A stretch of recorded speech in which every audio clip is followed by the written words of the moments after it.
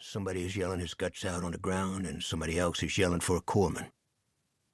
Then you hear the droning of helicopters, or the malarial buzzing of mosquitoes in your blood, or the Gatling guns rattling, or a door gunner strafing a rice paddy in a free-fire zone. All these things at once, all the sounds interchangeable. And when you awake, you go immediately to the icebox, your hand shaking on the first bottle you can pull out. But enough with Sir Charles and the NVA and memories of Shitsville. Dave's and my histories with NOPD turned out dramatically different. Dave never dishonored his badge, and I did. I took juice from the mob and accidentally popped a federal witness and had to blow the big sleazy and join up with the leftists in El Sal. I also worked for the greaseballs in Las Vegas and Reno and up in Montana, where they tried to build a couple of Nevada-style casinos on Flathead Lake, which would have turned their state into a toilet. Regarding the latter, an airplane packed with wise guys crashed into the side of a mountain not far from the lake. Their remains had to be combed out of the trees with garden rakes. Then somebody spread a rumor there was sand in the fuel tanks. I thought it was a good opportunity to take a cruise up to Alaska and maybe later open a PI business back in the Big Sleazy. So that's what I did. But as I write these words, I want you to understand something. The subculture of law enforcement and parole and probation and bail bondsmen and shyster lawyers and private investigators is a sewer. One where the pervs outnumber the normals. Actually, I don't know if the normals exist. I live with a slapjack, a .38 special snub, and a badge holder on my kitchen counter.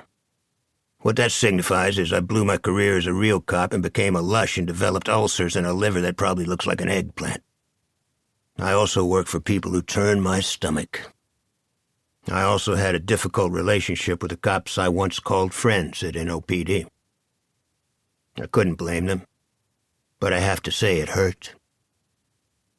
This story starts at a car wash. Can you believe that? When I had the money, I always drove a Caddy convertible with fins and a rolled leather interior. Of course, I didn't make a great deal of money, so I usually ended up with a junker I rebuilt. Then I got a real deal on a 1959 lavender-pink Eldorado with a starched top, one that had a few holes in it. I repaired the dings and repainted the body and redid the interior and bought a second-hand top that I turned into a starched white beauty. And then I installed a stereo and loaded up my glove box with jazz and R&B and rock and roll tapes. And I left it at a car wash called Eddie's across the river in Algiers. I'm talking about Eddie Durbin, who I grew up with in the old Irish Channel when it was still a clean neighborhood where everybody got along, except for the turf beefs we had with the Italians, the kind of rumbles that went full blast in an alley or under a street light, with no adults paying any attention, with shanks and chains and chunks of steel pipe, a bonnet screwed on the end. That's how I got the scar through one eyebrow. Eddie was a real Mick. Both of his parents were from Dublin and supporters of the IRA. Eddie had done back-to-back nickels in Angola, but had stayed straight for 7 years and had made a success of his car wash. I always liked Eddie, thought he got a bad deal by the system, but I have tried to stop judging about those things.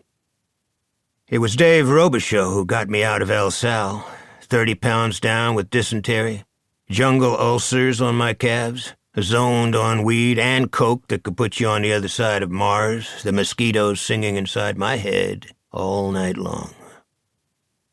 I picked up my caddy 4 days late because I had to chase down a dancer on Bourbon Street for a bondsman in Biloxi. I'll tell you more about that later.